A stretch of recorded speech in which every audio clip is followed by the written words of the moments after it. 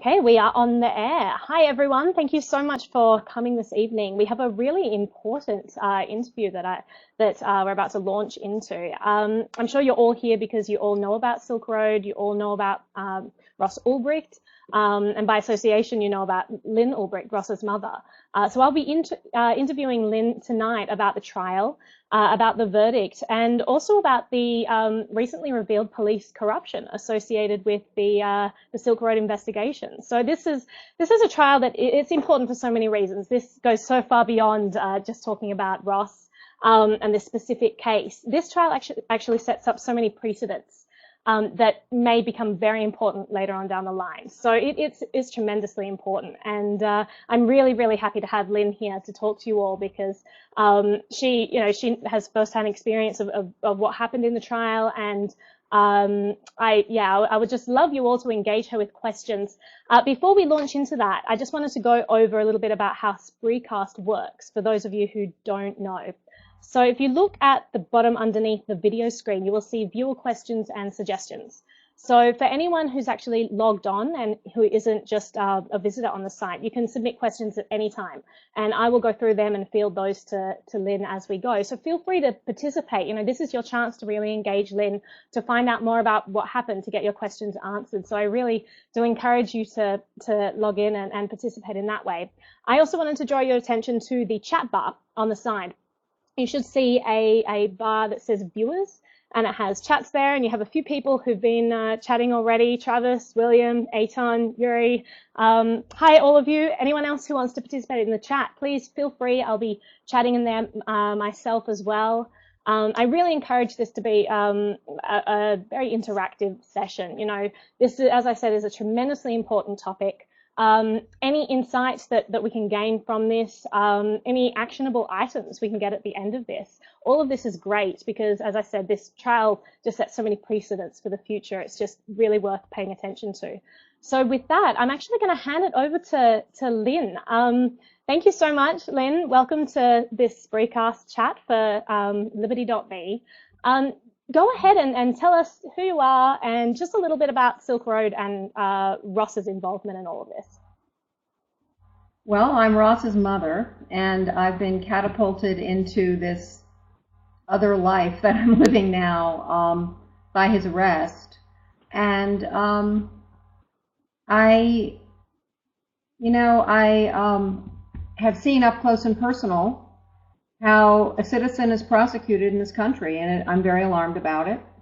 I don't believe Ross got a fair trial, which is also, I believe, very dangerous to everyone.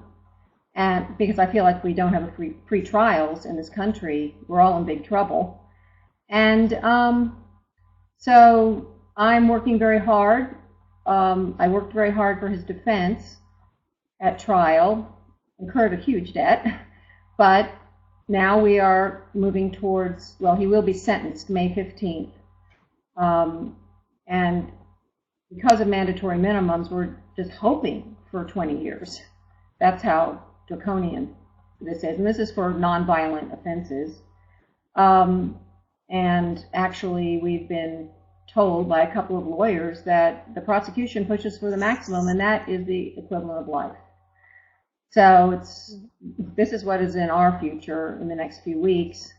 And then we will appeal. And we're going to appeal, Ross will, not only for himself, but there's very dangerous precedents that have been set with this trial. And it's important that we push back against them. And I guess we're going to talk about this a little bit. Yeah. Yeah, let's take a step back. So Ross was convicted of being the mastermind behind the site Silk Road. Now, as I said before, I'm presuming everyone here knows what the Silk Road is, and that's what made you interested in coming on here. But basically, if by chance anyone doesn't, Silk Road was basically a free marketplace on the internet. It was mainly used for buying and selling illicit drugs. And Ross was charged as being the person who was in charge of all of this, who went under the pseudonym of Dread Pirate Roberts. And they believed that Ross was tied to this identity. But I mean, Lynn, tell me a little bit about the trial, because it seems that that there's a whole lot of waffling and flip-flopping going on with this. You know, different government agencies who actually swore affidavits that there were other people that they believed were the real identity behind Dread Pirate Roberts. And there was a 2-week window where one of the lead investigators went from believing it was this person to this other person, and then Ross was arrested. I mean, this all seems, it's just a very fast pace after believing it to be one person for 2 years and then suddenly changing. So talk me through the what actually happened in the trial a little bit and what your experience was there. Okay. I want to just go back to the first thing you said, which is I believe that, well, what Ross has admitted to is designing a free market, open marketplace online that had very few restrictions. It did have restrictions such as child pornography, things that harmed, but drugs were not restricted, but it wasn't designed specifically, from what I understand, as a drug website. Now, the anonymity of the site would attract that, but anyway, I just wanted to clarify that. Yeah, no, there was a great article in Forbes that whoever was behind the Dread Pirate Roberts at that stage, they basically said that Silk Road was for anything that the government has made illegal, that we don't believe should be made illegal, or we don't believe the government has the right to interfere or inject themselves in people's lives in that way. Then we will allow people to freely trade these things on this site, and we will discount anything that is harmful. So if there's anything that where harm was caused in order to get the substance, or harm is caused after the fact, they actually wouldn't allow it on the site. Right, and there's been many misconceptions. I mean, Newsweek magazine had on the cover that it was the Amazon for hitmen. You couldn't get hitmen on the Silk Road. I even my sister was talking to someone who said, "Oh yeah, you could buy people on the Silk Road." I'm like, no. And I had actually seen that written in some article. I mean, it's become so distorted. So anyway, I wanted to clarify that. As regards the trial, the first witness was DHS agent Jared Yegan, who had been on the site for 2 years undercover, thousands of hours, as the identity Cirrus.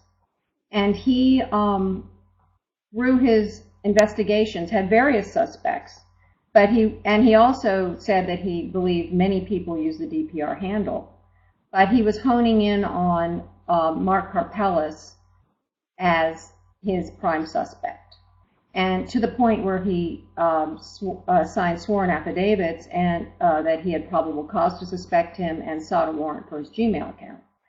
And this was all coming out in cross-examination by the defense. And the prosecution objected to the point where the whole thing was ground to a halt. The jury was sent home early, and they argued with the court about how this was not relevant. And initially, the judge said, yeah, it is relevant, and in fact goes to the heartland of the defense, an alternate perpetrator.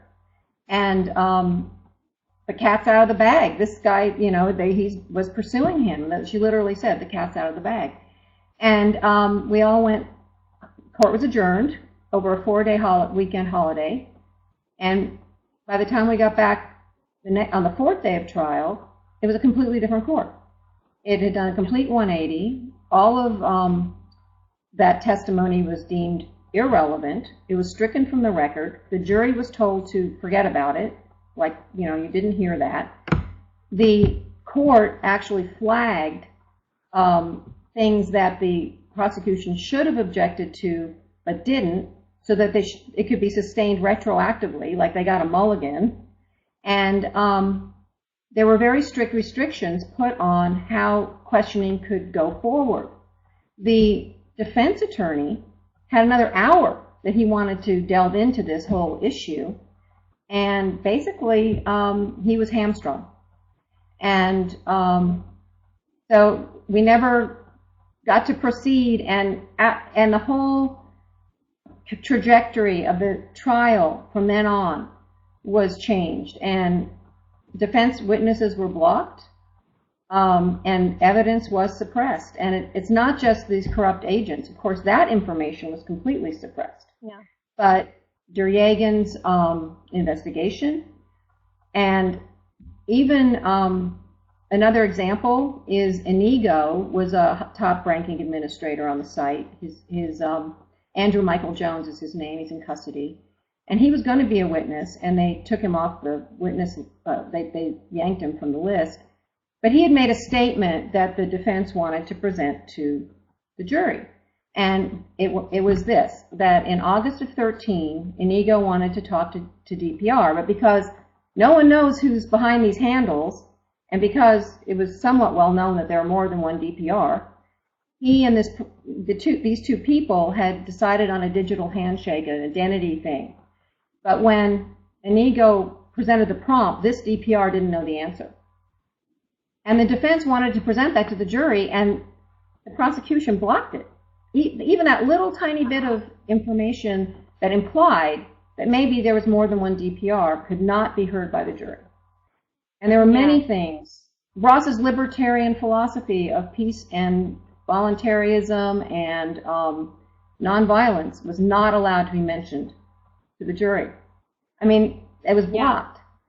You know, there's so many, they had a particular narrative, and that was all, and the jury was basically spoon-fed that narrative, and that was all that they were going to hear if the prosecution, well, they did. They stopped them from hearing anything else.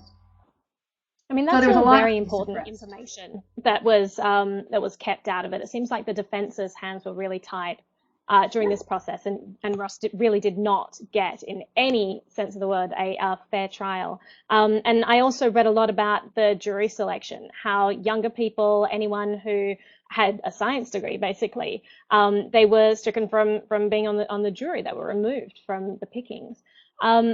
So basically what we were left with were mainly people over 40 and very few people who really... that's all. Wow. Yeah, and the people who were on the jury really had such a severe lack of understanding about any of the workings of the internet. I mean, you had testimonials, you had people providing evidence that basically was explaining to people on the jury how chat forums worked, how chat forums were different to direct messaging. I mean, you think of the complexity of Bitcoin, you think of the complexity of the Tor network, even the idea that they had any conception of what any of this meant, I mean, it's just laughable. So it really does seem like the jury was cherry picked, you know, from my understanding, to be disadvantageous to the defense. I'm not sure if that's accurate or not. I don't know. I do know it was a very quick selection, a lot of pressure to choose quickly. It was done by noon the first day. Most jury selections take at least a day, sometimes two. The defense did not have a chance to consult with each other about who. I mean, that did happen because I saw that myself. Right. And in terms of like how fast everything went, in terms of how fast everything went, it really did seem that everything just ended so quickly. I mean, we had all these recent findings about police corruption involved with investigations, and the defense actually moved to postpone the trial. So that they could postpone it until after the police corruption investigations had all finished, so that they could use that evidence. Because currently, you know, they weren't being allowed to use evidence that said that the main people involved with the police investigation were stealing money from the government, stealing money from Silk Road, doing money laundering, involved in fraud. I mean, it's just crazy. But no one on the defense was allowed to use this information. And rather than allowing the trial to be pushed back until they could use this information, the prosecution actually moved to have, I think it was called the people's right to a speedy trial. I mean, that's just so crazy. Yeah, I mean, that was pretty amazing, I thought. Yeah, Ross has a right to a speedy trial, so let's deprive him of his due process rights to a fair trial. Yeah, I think I'd rather have a fair trial. It was just, and what I found out, which is even more amazing and upsetting, is that their excuse for, it's going to jeopardize the investigation if it comes out at trial. Those agents already knew they were under investigation the previous May. They've already been interviewed by the government. And this just came out in the defense's response. So that is a bogus excuse. They already knew. It wasn't going to jeopardize anything. What it did was it jeopardized Ross's right to a fair trial. That's what it jeopardized. That's right. So can you talk a little bit more about Bridges, about Force? What was their involvement? What have they been found guilty of? How did that actually play out? Well, what I I know what I don't only know public information, but I know that Force was the lead undercover investigator at the core of the investigation in Baltimore, and that Bridges, he was former DEA. He's former DEA, and Bridges was Secret Service. And Bridges was a computer forensics expert. Is a computer forensic expert. That was his job. So they were both fairly sophisticated technologically, and they arrested Curtis Green, who was a high-level administrator on the site, known as Flush, and basically he turned over his administrative access, which was opened up the whole thing, and they had all kinds of access. Let's see. To platforms. So they had the password, to changing passwords, changing pins, all of that. They could change the PIN number on DPR's account and gain control of it. And even without DPR losing access, they had the means to manipulate logs, chats, private messages, keys, accounts, posts. Yeah. So yeah. So there are two parts to this. So one of the parts is what's been made public, what they've actually been charged with. All of this information was turned over by this person, Green, who was working for the Silk Road. Green had been found in possession of a large amount of cocaine, and so then started helping police and turned over information about how to use the Silk Road administrative platform. Then these two corrupt officers actually used that information that day. It seems they took a sick leave for the rest of the day. I think it was, how much money went missing? It was almost $1 million, depending on when you trade in your Bitcoin, but a tremendous amount of money until the rest of the admin on Silk Road were able to shut it down and change the password and get him off there. And this information, it was only just released recently that these police officers were involved in stealing money from the Silk Road site. But this has several implications. And this actually ties into a question that David Nace has asked. He says, what kind of cyber forensic evidence was presented that actually pointed at your son? And what we're dealing with now is just a very interesting situation where so much of our lives lives on the internet. And in the past, the amount of digital evidence that has been presented in case has always had to be minimal, because digital evidence by its nature can be easily corrupted. It's easily malleable. So, we have two police officers who are proven to be corrupt, who had access to the administrative platform, who could have changed a tremendous amount of details. And we're taking all of this evidence for granted that it's all reliable. Legitimate, yeah. And they had the motive to do that because, if you're stealing all that money, you want to direct attention elsewhere. You want to have a breadcrumb trail that you create that the prosecution can follow towards somebody else, that would just make sense. So that, and there's a whole lot more we still don't know. The government doesn't say or hasn't confirmed the extent of what they did or the extent of their communications. There's still sealed parts of the complaint that they're not revealing. So there's a whole lot more. We have no idea. We just... Yeah, and I believe the defense actually... Yeah, I believe the defense actually argued to have that opened up, to have more information about Force and Bridges revealed. And this was denied. This motion was denied because it was ruled that the defense could not prove that whatever information was there was helpful for the defense. And it's such a catch-22 argument, because how can you prove that something is going to be helpful for your case if you don't know what that information is? Right. It's just... They're very anxious all very to keep strange. Things from the jury. They were very anxious. So that makes me wonder, what are you afraid of? If it's not relevant and it's not, what's the big deal? You know, if you have such Exactly. a strong case.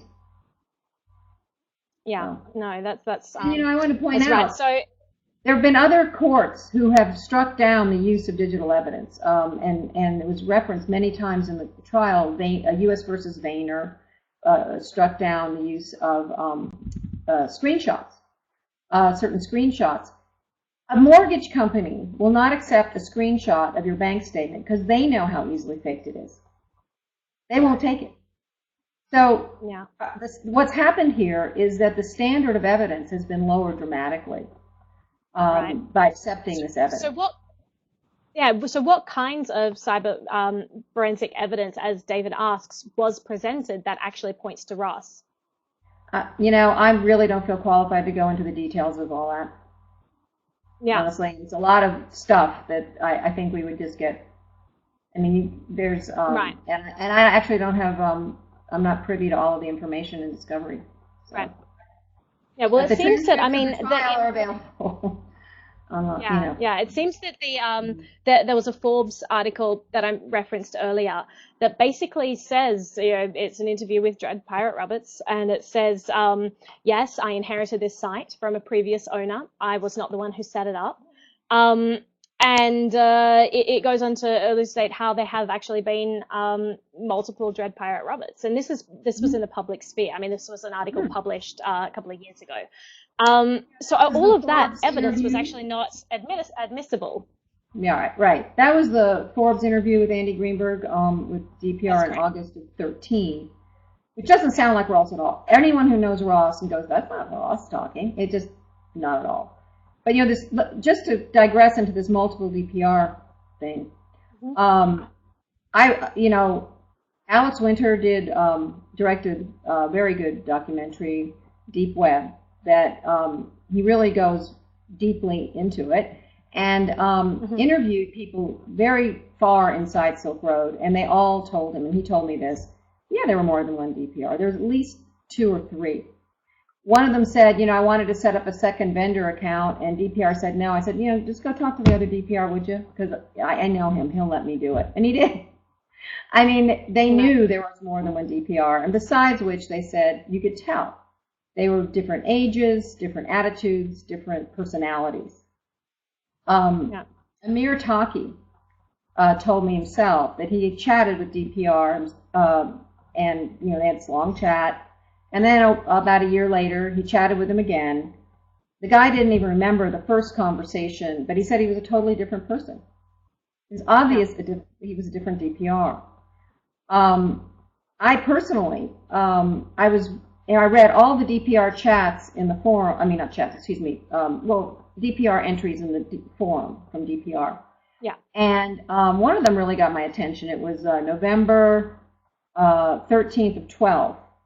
And there was some crisis on the site, and DPR's like, oh, I'm going to be slamming back the caffeine tonight. Well, Ross never drinks caffeine ever. In fact, when he was reviewing Discovery, I tried to get him to drink tea because he said he was groggy, and he said, I can't deal with caffeine. Yeah. That wasn't Ross. So Yeah. there's all these questions, you know, and to say, yes, that's absolutely the person behind that handle, you know, Yeah. really to answer the question that was asked, you can't prove who's behind the computer screen. Yeah. That's the thing Yeah. with digital And evidence. the So fact that all of the the it's fact that questionable. all of the information that was submitted that pointed to other people being Dread Pirate Roberts was deemed inadmissible. It's just, I mean, it's Yeah. just a very confusing trial. So a lot of people are asking what the basis for the appeal is going to be. What is the defense's perspective? What is their plan? I don't know all the details of it. I think that the fact that I know that Josh called for a mistrial more than once during the trial, and Hmm. that he wasn't allowed to question witnesses where he should have been able to, he said, Hmm. and cross-examine, and just proceed with the defense properly, I would guess would be part of it. That's a violation of due process. Yeah. Probably a Fourth Amendment question of the seizure of the laptop, which again, that evidence, the FBI went into a long explanation of how you can plant things on people's laptops very easily. Ross was on an open source network downloading the Colbert Report in the library right before he was arrested. It's open. It's easy to do. It just opens that question. There's a lot of questions about the laptop. But anyway, they had what was called a general warrant for the laptop. The Fourth Amendment says you have to have a particular description of what you're searching for when you go into someone's house, say, and you're looking for something. Apparently, the excuse is, well, a laptop doesn't count. Even if they'd gone into his house and gone through his file drawers and his desk drawers, it would be clearly unconstitutional. But because it's on his laptop, it's not, even though we keep more of our lives on our computers and phones now than in our file drawers. And it's a very important question definitely forward into the digital age. It's an important constitutional question, and I imagine, I don't know for sure, that may be one of the points brought up. Yeah, well, I mean, there are definitely some very scary precedents that are being set up from this case. So I would say that is definitely one of them. Having a general warrant for something versus having a clearly defined warrant. And as more and more of our lives live on the internet, exactly, we fought the American Revolution. So as more of our lives live on the internet, you can't just specify, well, all electronic files. That's the narrowing we do. I mean, my whole life is in the form of electronic files. So it's just, it's a very scary thing going forward, because we're basically handing over our rights by setting up this precedent, by saying, yes, you're now allowed to invade all aspects of my life. I mean, other precedents that are being set up by this case, did you want to talk a little bit more about those? Yeah, well, there is the precedent of what the theory of transferred intent, which is saying a website host is responsible for crimes on his site. And people will say, well, it's Silk Road and it's drugs and that's different, but the federal government has indicted Federal Express under the same theory, saying that for drug trafficking and money laundering, because people use Federal Express to send illegal pharmaceuticals. They say FedEx is responsible for what their customers did with their service. So this is a very kind of frightening and expansive approach, and they relied on it very heavily in this case. And Ross's lawyer says that it puts a crack in the door for other website hosts to be responsible for what is on their site. And other people have said expressed the same concern. Yeah. So that's another. And the other scary precedent is server. There's a lot of. The other scary precedent being set up, I mean, accepting more and more digital evidence as hard evidence. Right. As we mentioned before, a lot of that could be easily forged. And then, the final precedent, how did they actually find the server? That is a huge question. Their defense were not allowed to bring in anyone to ask for questioning about this. The person who actually found the server wasn't allowed to be brought in to be cross-examined. This was a server that ended up being in Iceland. Mm-hmm. Yeah. It was like so, he didn't exist. Right. So how did they find this? Were there dubious methods? Was it, illegal methods used? And then they retroactively pieced together a story which experts then said was it was technically impossible to have happened. I mean, all of this just puts huge question marks over the validity of the evidence. The idea that all evidence that came from dubious methods in the first place, I mean, it really should be stricken. Yeah, and the FBI Tarbell's explanation was debunked worldwide. I mean, experts were calling it a lie and gibberish, and he said this under oath. This is how I found the server. And then when asked to prove it, he said, "Oh darn, I didn't save my work. I can't prove it." I'm like, "You didn't save your work on a major investigation?" And it's very dubious. And when the defense asked for an evidentiary hearing, it was a whole catch-22 involved, but it didn't happen. And it seems the question is, can the United States possibly hack into, and it's not been proven they did it, but maybe they did it, a server in a foreign country without a warrant? And they say, well, yeah, we can do that. Basically, they say that. It's a question. It's definitely a question for the digital age. Crazy. I mean, what we have now is you have so many government agencies who are using technology for all of the wrong reasons. So they're using it as an excuse. If they do something wrong, they don't want people to find out about it. Oh, you know, the FBI's hard drive broke. So did the backup. So did the backup of the backup. So did the backup of the backup of the back. Like they all just magically, you know, stopped working. You know, Hillary's server. I see William, you're asking this question here. I mean, so many of these people are using this as an excuse to say, oh, well, no, technology failed, so I can't be held accountable. Now, why does it work that way for people who are in a position of power, but for, you know, everyone else, it's the technology that actually puts them, you know, convicts people and is used as hard evidence, you know, evidence that is digital, evidence to do with technology that if it was the other way around would be inadmissible because you can't really prove it. You can't really have any hard evidence.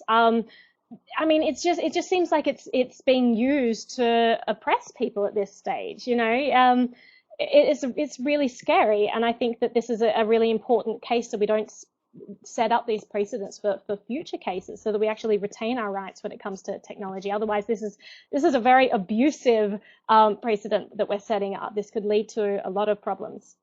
Mm-hmm. Well, the government said in their papers that their laws are expansive, especially when it comes to the internet. They put that in writing. And so they're saying, you know, we are going to expand our power and jurisdiction, especially when it comes to the internet. And yes, it is very alarming. You know, you just have to read 1984. Like, the potential is there. Yeah. Very scary. So you have Aslan Freeman, who says that it's your fave lion here. So I'm not quite sure what that means. But this person says that they say that they're watching from the UK, even though it is almost 1:30 in the morning over there. Oh, they're so great. You guys have been so supportive. Yeah. Thank you. This case is very important to a lot of people the world over. I mean, you think about the fact that the server is in Iceland. What sort of jurisdiction does the US have to go into a server in Iceland? I mean, it just seems that this is a case that is going to be affecting the entire world. Yeah, well, what happens is, and Josh Reichel explained this to me. He said, you know, you have a major case, it sets precedent, and then it quickly just trickles down very easily, very rapidly to ordinary cases. And then over time, our protections are eroded, government slowly expands or quickly expands, and all of a sudden this is the way it is. That's what happens with precedent. And he said that it is very traditional for the government to use high-profile cases to make bad law, and then we all get to live with it.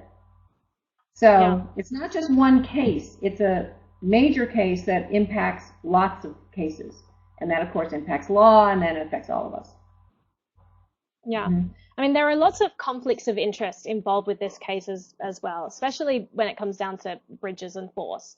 There have been a lot of reports about their duplicity in this, in that they were actually enlisted by the government to go undercover, work on the site, gain DPR's trust.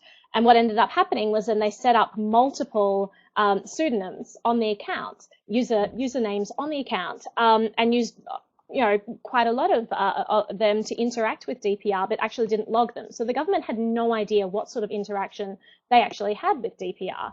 And so far we have a set number. DPR. I mean, be honest, they don't know that they didn't operate as DPR some of the time, or whatever. Yeah, and I mean, it seems like an outlandish thing to say, but it's completely accurate. And we only have a few of the... They had access to DPR's account. Yeah, we only have a few usernames that that are actually proven to be these law enforcement agents. And there are still so many others in question that they haven't yet proved, but they're in suspicion of owning as well. I mean, how many other usernames are out there that we haven't even looked at yet? What were these people doing? I mean, it just casts so much doubt on this entire investigation. Well, they didn't know one of them until the defense told them at trial. That was death from above. They didn't even know about that being a Force alias. So the government doesn't know all of them either. You know, there's a lot that has not been revealed. It's very scary. I mean, there was also, so Bridges was actually working on the Mount Gox seizure as well. So he was investigating car pellets, and there's a lot of overlap there between the two cases, with car pellets coming forward with the name of who he thought was DPR, and that being different to who the government ended up prosecuting. Well, that was But, you know, that was Baltimore that Carpella's yeah, lawyers approach was Baltimore. Yeah. yeah. Mm-hmm. Yeah.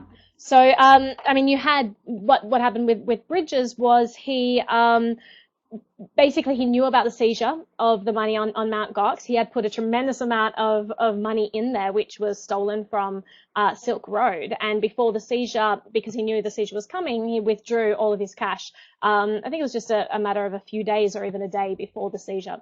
So there are all these accounts of conflict of interest, which he's now been charged with. Do you think, like, what are the chances of the court coming back to your appeal for another trial and saying, yes, this this does cast a lot of doubt on the case? What do you think the chances of that happening are? Well, I think normally it's very hard to win on appeal, but I don't know. I'm very hopeful. Our Yeah. lawyers said we have very strong strong issues for appeal. So it depends on those three appellate judges. Yeah, And and it seems that the media has so much play in demonizing Ross through the press, and it's really sad. It's just such a tragedy that this has happened, and what you see is them casting all of these accusations about the murder for hire, all of this. I mean, he was never actually indicted for murder for hire. Is that correct? he was This not wasn't charged in actually New York. brought up. There were originally 6 charges. 5 of them were basically dropped, although they got to talk about it at the trial, even though he was not charged Right. with it, which is extremely prejudicial to a jury. It seems to me that Yeah. if you're going to be accusing someone of something that serious, you should have to prove it, you should have to charge them, or not get to talk about it at trial. But they did. There's an indictment left in, of all places, Maryland.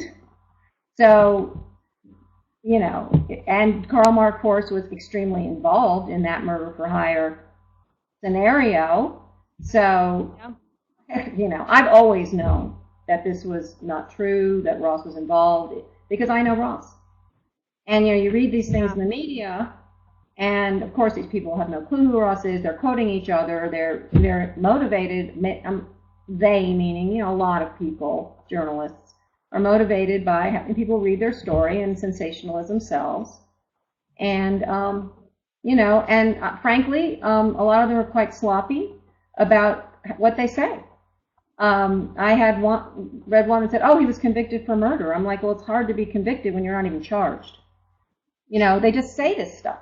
Now, not all of them, but to be honest, after all of this, I've come to where I'm extremely skeptical about what I read in the media, and basically don't believe anything the government says. So I've gotten to where, I think that's well, I read that, but it might be true, might not be. I have no idea, unless you really do your research. it's I've always been pretty skeptical of the media, but it really is quite scary when reporters are just reporting other reporters who are misreporting things, or it's a bit crazy. Jimmy is asking. Yeah. Jimmy is asking if you talk to Ross every day. No, I don't talk to him every day. He has limited minutes. First of all, he's restricted from using email. Most prisoners can, because of the charge of conspiracy to hack into a computer. They never, I don't actually think Ross has the ability to hack into a computer, but anyway, he's not particularly proficient at, programming. But in any case, the charge basically is there was software that could be used to hack into computers sold on Silk Road. There's no one that says their computer was hacked. There's no proof that hacking occurred. But they're saying he conspired to hack because someone on Silk Road sold this software. So because of that, that's one of the charges, and he can't have email. So I don't get to communicate with him that way. He does call, but he has a limited number of minutes a month, and he calls different people. but I see him. I go and visit him, and so does his dad and other people when they can, when they're in town, or their family members. I'm going to see him tomorrow. And Yeah. so I get to see him. And then, he writes letters too, snail mail. And if people want to write him, encouragement or just a friendly letter, it'd be really nice. He feels very cut off. He feels, it's hard. It's tough. It's very hard to be in there. Sometimes I'll eat a nice meal, and I think Ross has not had a decent meal. He hasn't had fresh vegetables in over a year. The food there is pretty bad. It's horrendous. And or I'll go for a walk outside, and I think, Ross hasn't been outside barely. He gets to go up on a rooftop in that long. Lynn, Yeah. is there a way that people can contact Ross if they wanted to write him a supportive letter or something like that? Yeah, on our website, freeross.org, there's a Contact Us tab, and his address is right at the top. Be sure and put his number. Recently, actually, Tatiana Moroz, who's a great supporter, wonderful, wrote a song about Ross. Wrote him a letter. She forgot to put the number, and it came back. I said, hey, he's a number now. You got to put that number, or you won't get it. So, but yes, you can write him, and it'd be really nice to do that. And he likes to get letters.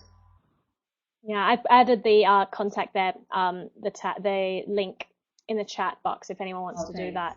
So JJ is asking, what is the actual charge that he was convicted with, and what is the charge he still faces in Maryland? Okay, I've got it up here. There's 7 charges. The first one is distributing or aiding and abetting the distribution of narcotics. So even if he didn't actually do it, they're saying he aided and abetted others doing it because he had a website. So that means he is guilty of that count. The second count is doing the same thing but on the internet. So basically, this is piling on. It's the same action, but they do it they charge it in different ways so they can get more counts. And his attorney said this is not unusual, and it sounds way worse, but each one carries its own mandatory minimum, so it's serious. So count 1's distributing or aiding and abetting the distribution of narcotics. Count 2 is doing it on the internet, basically. Count 3 is conspiring with people to violate narcotics laws. Basically another way of saying the same thing. Count 4 is engaging in a continuing criminal enterprise, which is the Kingpin Charge, which completely counteracts aiding and abetting. You can't be just a helper and the guy who runs the show. But he's convicted of both, because he can magically do both. And then the Kingpin Charge requires that the Kingpin is organizing and managing 5 specific people. The government has never named these people, and yet he's been convicted of this without proof that he actually did what the statute requires. Then count 5, long list. Count 5 is conspiring, the computer hacking, which I talked about before, and that no hacking was actually proven. No one came forward to say, my computer was hacked. In fact, no victim at all has come forward to say Ross has hurt them in any way. There's a lot of, I'm reading the Federal Prison Guidebook, and they talk a lot about making restitution to victims and victims, and no one's come forward and say, I'm a victim of Ross. And then count 6 is conspiring with others, again, not actually doing it, but conspiring to traffic in fraudulent IDs, because I guess people sold them on Silk Road. And then count 7 is conspiring to commit money laundering. So it's a lot about conspiracy. There's a lot of conspiracy language in it. So. Right. And then in Maryland, are they still pressing the murder for hire charge? There is a remaining murder for hire charge. The thing about an indictment is an indictment has a very low bar of proof. Indictment doesn't mean you've been proven to have done anything. It's basically can be based on hearsay. It's just being accused. That thing's been sitting there now since October 13th, so I believe so, but certainly well over a year, almost a year and a half. I'm not, Ross's lawyer said, well, that indicates that basically it has no merit. They didn't put it into the New York case, and but it's still sitting there, despite the corruption in Maryland. I'm not sure what's going to happen with that. I don't know. Yeah, I mean, there was so much. Both of the officers, for those who didn't realize this, both of the officers were from Maryland. The corruption came from And there, that's so where that they were indictment actually sits. not involved at all. Yeah, they were not actually involved at all in the New York case. I don't know, Well, that's perhaps not completely the true. prosecution thought, That's okay, not completely true. And that's what the prosecution is saying. Well, it's totally separate. It's totally separate. But the recent yeah, reply by the defense goes into detail about how the Chicago, Maryland, and New York cases all work together, and that it was exactly, intertwined. yeah, And I mean, it's not the same. They're not involved in the trial. That's true. But they even submitted exhibits pre-trial about Karl Mark Force and his aliases, several of them. So they were relying on evidence from Karl Mark Force apparently, and then they redacted it. hmm So yeah. it was definitely intertwined, according to Ross's lawyer, and so it's not so separate. But it wasn't. Yeah, the prosecutors were New York prosecutors. That's true. I mean, it just seems very fishy when, a charge sits there for so long, isn't acted upon, he's not indicted for this, and you find out that the two agents who are most involved with this were incredibly corrupt and stole a whole bunch of money, and were right in the thick of whatever this charge involved. Like, it's just, I mean, it's so crazy. So JJ is also asking, what kind of presents can we send him? Can we Let me send just food say, packages? Can we send books? I just want to sum up that other thing by saying, okay, so out of the 6 accusations of murder for hire, 5 of them were not charged, and 1 of them involves corrupt agents who were at the center of that whole murder for hire scenario.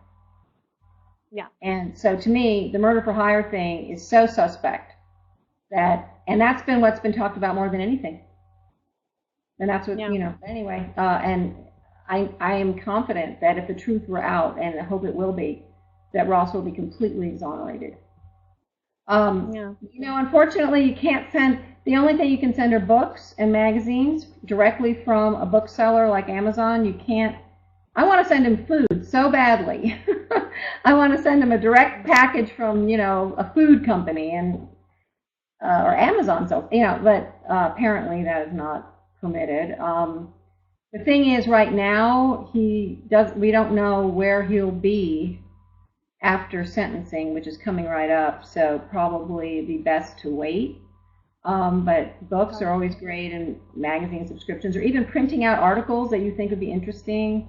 But in fact, we're very concerned because depending on the sentencing, if it's enough years, that determines what kind of facility, like maximum security, for instance, versus medium security, you're put in.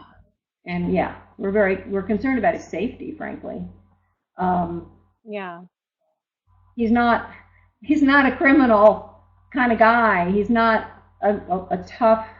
I mean, he's just a regular guy. That you would be happy to have dinner with, or as a neighbor, or a friend, or go hiking with, or whatever. He's not really prepared by his background or who he is to be put in that kind of environment, and Yeah. very troubling. Concerned about it. I mean, I would say to everyone, the most important thing that you could do right now, rather than sending Ross books and magazines and all of that. I mean, Lynn, you are paying for this entire trial out of pocket. I know that this is putting you into debt, paying all of this off. If people donate money for this so that you can actually, put a motion forward to have another trial, the retrial would be so important to this case. That would eliminate all of these unnerving precedents that we talked about before. This is such an important time. This is when people need to mobilize and give the defense the best resources that you can possibly have. So I'm going to post another link in the chat for everyone so that you can see where you can donate money from. Of course, you can give in Bitcoin. You can also use PayPal. There are a bunch of different options there. So I'm going to post that right there. Yes, Aton, of course they take Bitcoin. What is this? But yeah, no, this is such an important time. Mobilize, tell everyone how important this case is. As we talked about a whole bunch, Ross was not given a fair trial. if he can get another trial that actually looks at all of the corruption involved with the investigation, that actually looks at all of the evidence that the prosecution wouldn't let them put forward for really no reason at all, really just to handicap the case. If we can allow a better trial to go forward, then, you know, Ross might actually have a chance. And the only way we can ensure that he has a chance is by donating money to the defense's case and making sure that they actually have resources to support themselves. So, so if people do that, spread the QR code around, spread the Bitcoin address. I'll post the direct Bitcoin address actually, for all of you who want that. There we go. Yeah, I want to say thank you for that. Yeah, it's true. Trial is really expensive, and our lawyers, you know, we owe them so much money, but I can't even think about it because it's you know, too overwhelming. But it's expensive, and it's terrible that it is.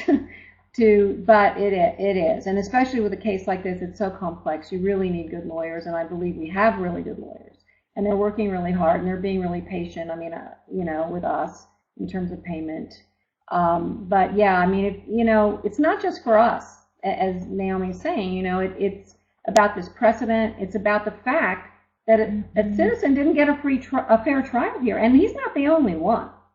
I mean, 97%, I believe I've read, and I could be off a little, but I think 97% of people accused of a crime are advised to plea, and they do, because they're afraid to go to trial. They're afraid of facing more draconian punishment if they lose, and the odds of them losing are great. This isn't right. We have a right to a fair trial here in this country. And so a lot of times I've read that people plead to things they didn't even do out of fear of, you know, they're hedging their bets. This is wrong. And our prisons are just bursting with nonviolent offenders because of the drug war. That you know, it's awful. And I meet these people. I go to the prison. You know, I'm going tomorrow, and we all wait together and we talk, and you see the children and the families that are just shattered and torn apart. And these are nonviolent offenders. It just seems very, very wrong. And our system is there's something very wrong here. And so well, as William says, in a way, I'm fighting for him, but also this needs to be fought. This is a battle that needs to be fought. And, you know, I know a lot of people don't have tons of money. I mean, if you do, please give us a bunch. But, you know, even just the price of a cup of coffee, if enough people do it, you know, it adds up and it helps. Just keeps the cash flow a little bit going, you know, a little bit even. It really needs as William says, you know, usually the government will offer you a plea bargain, and if you don't accept it, then they bury you in charges and they bankrupt you. And they really don't want Ross to have. Yeah, that's right. Exactly. They don't want Ross to have a chance in this. Aton just announced that he has just donated, so thank you so much. That is absolutely wonderful. Anyone who can do that, it is so appreciated, not just by the Ulbricht family, but anyone who understands the case, anyone who understands how important this trial is for setting future precedents. You know, all of us, thank you for that. It's just really wonderful. So we have a final question here from Derek. He asks, Lynn, would you ever consider running for president? No, I wouldn't. I would vote for you. I think you've got the right idea. I do want to say real quick, we haven't paid for the whole thing ourselves. We have paid a lot, and it has definitely negatively impacted our finances, you know, badly. However, we've had a lot of support from people, and I just want to say that. I want to say how grateful we've been. Of course, Roger Ver was tremendously helpful. I mean, my gosh, he makes a huge difference. But Roger wasn't the only one, and of course, and not everybody can afford to do what Roger did. But I just wanted to say that because we couldn't have done this without already having people stand beside us and help us with this.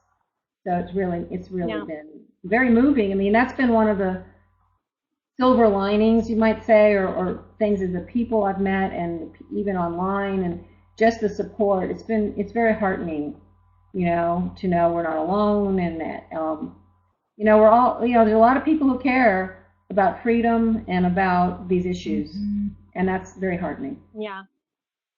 Yeah, we just had Derek just announced that he just donated $100. So thank you Ah, so much, Derek. thank That is you. Wow, wonderful. that's great. And Lynn, My thank you lawyer's so gonna be much so for happy. coming here. Yeah. Yeah. Thank you so much for coming on tonight, Lynn, and for Oh, chatting to Naomi, us thank about the you. case and for spreading the word about how important this is. I mean, not just for you personally, as I said, for everyone. This is an important issue, and the more we can get this out there, the more chance people have to take action, to fight this while we still can. So thank you Yeah, so thank you. much for coming here. Thank you to everyone who came to view this today. I thank you for your interest in this topic. And to all the people who donated as well. And Lynn, we That's all great. wish you all of the best. Thanks. We're all fighting beside you. You have so much support out there from people, and I hope that we can get those people mobilized so that you can feel some of that support some more. And I'll tell Ross Thank you, and tomorrow. good luck. And I'll tell Ross tomorrow. yeah, It'll really encourage him. Thank you. yeah, Yeah. please do. Is there any last word you wanted to say before we sign off? No, just that I'll tell Ross about what a great, hour we've had, and all the support, and, just how much we really feel uplifted by it. And he will be Yeah, too. please send him all of our love and let him know that we're all gunning for him. Thank you. We're all there. Okay, thanks so much, everyone. We will sign off now and chat to you next episode. Okay. Yeah.